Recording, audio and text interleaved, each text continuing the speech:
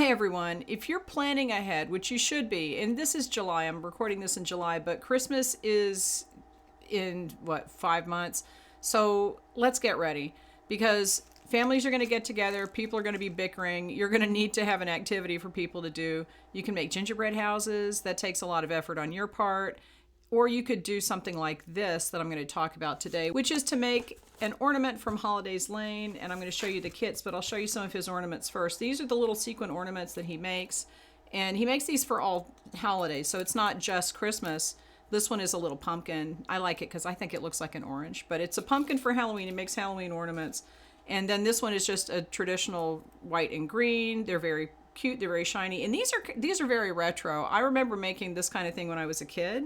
And I think a lot of people do. So it's a fun activity, and kids can do it if they're a little older, or if they're younger, they would need a little bit of help because it does involve pins. This is one of the ones that I made from a kit that I bought from him. And I also made one, or we made a bunch last Christmas, which is why I thought about doing this, because I was, when people get together, you never know what's going to happen. So I said, let's just get a whole bunch of kits, let people choose an ornament and make an ornament. And it was so much fun. Everybody had a good time. So I want to look to see what's in this box. This is the box from Holidays Lane, and you can find his website or his Etsy shop. I'll put links to both in the description. You get in each kit, you get to choose the design that you want to make. And each kit comes with all the supplies that you'll need. It has, see, this is a warning. Don't let little kids do this by themselves because there's pins involved. That's basically what it is. So inside this kit, there's a full set of instructions on how to do it. It's printed out so that you can follow along, and it has all of the supplies. It comes with a little dish for the sequins and the pins, obviously the ball. I'm holding these up. Little gold pins. So it has everything that you'll need. Now, if you want to use glue on these, which sometimes people do want to drop the sequins, they do want to use glue to stick it in there. You're going to have to supply that yourself.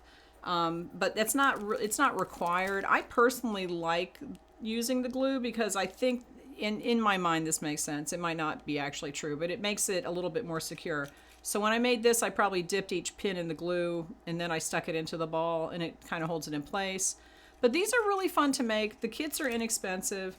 And last year it took us about an hour and a half for all of us to finish. And my husband, of course, went off brand and he made his own design using the things that came with the kit.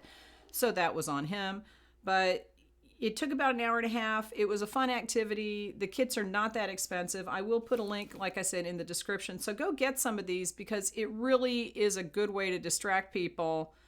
And you don't have to talk about politics when you're making an ornament. And then people can go home with this as a party favor, or they can give it to someone else as a gift, or they can keep it and hang it on their tree. These are really cute kits, and obviously I would recommend them. I've made them myself. I've made them with a group. It's a fun event. It's a fun activity for a night out. It's that kind of thing. So go check them out, and I will talk to you later.